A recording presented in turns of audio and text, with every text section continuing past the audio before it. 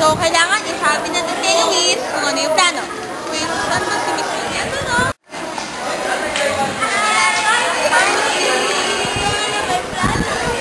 Yes, meron na. Kakambahin po namin ang Ateneo ay Eco-Friendly School at ang programang tinatawag na ito ay Eco-Ateneo. Oh, Eco-Ateneo. Okay, nice idea. So, ano nyo? Slogan, advertisement, at saka yung proper segregation of our garbage. Okay, so, Yes, practice na po kami ngayon, and if you want, pwede kang sumali sa advertisement lang. okay, sure. Hindi tayo nga, pero tulungan sila mga tao. Hi, Miss Louise. One with the earth and peace with humanity in reconciliation with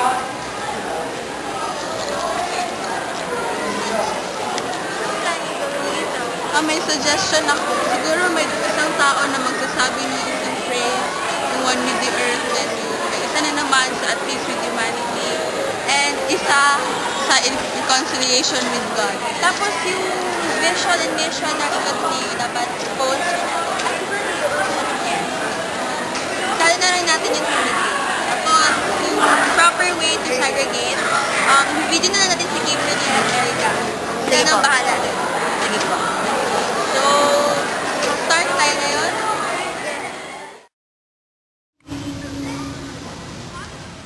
Demigod, I really need your help.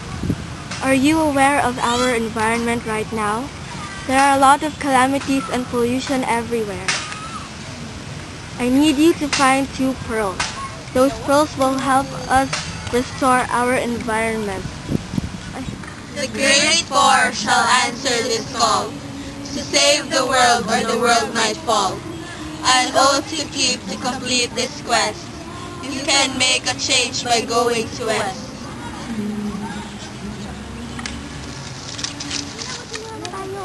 Teka, kailangan natin ng tulong. Bakit? Kay Erica? Pero saan siya? Doon si Erica! Erica! Parinaan! May natagap kasi kami sulat galing kay Apodina. Sinasabi niya na kailangan doon namin hanapin yung 2 perlas. Ano gagawin namin? Punta tayo sa bar!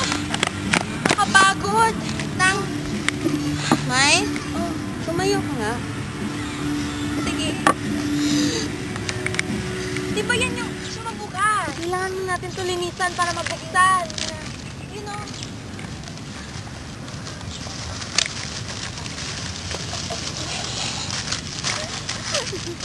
Tara! Ang unang perlas! Yes! Guys! Yung bulaklak! Oh my God! Ang perlas! Pangalawang perlas. Yung first. Teka, saan? Nandito sa akin. Yes! Ano gawin sa mga perlas? Ito, pagdikit natin! Ano naman nangyari? Ha? Ano gagawin natin? Kung mag-hawk kaya tayong kamay. Tara. Wala naman nangyayari. Ano ba talaga? Teka, ano yun? Ha? Apodina! Congratulations, Demigod. You have completed the quest. Indeed, the girls were able to complete their mission successfully. Because of the same mission, they were able to learn a lesson, and that lesson is to take good care of the environment because this is God's blessing to us. Also, if not for their makeup, they won't be able to finish their mission with the same beauty. Because of this easy, breezy, beautiful, waterproof CoverGirl makeup, they were still able to maintain their beauty until the end of their mission.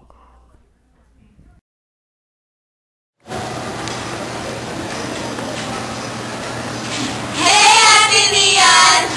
This is our video. Hope you like it! The vision. We envision a campus that is lush and verdant in greenery, where the air we breathe is clean, the water we drink is fresh, our buildings energy efficient, and our grounds waste-free. We envision every member of the Ateneo family to be a person for others, living a happy, healthy, and ecological lifestyle, one with the earth, in peace with humanity, and reconciled with God. The mission.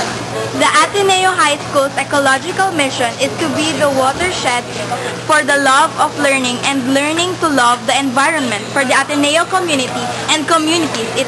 One with the earth, at peace with humanity.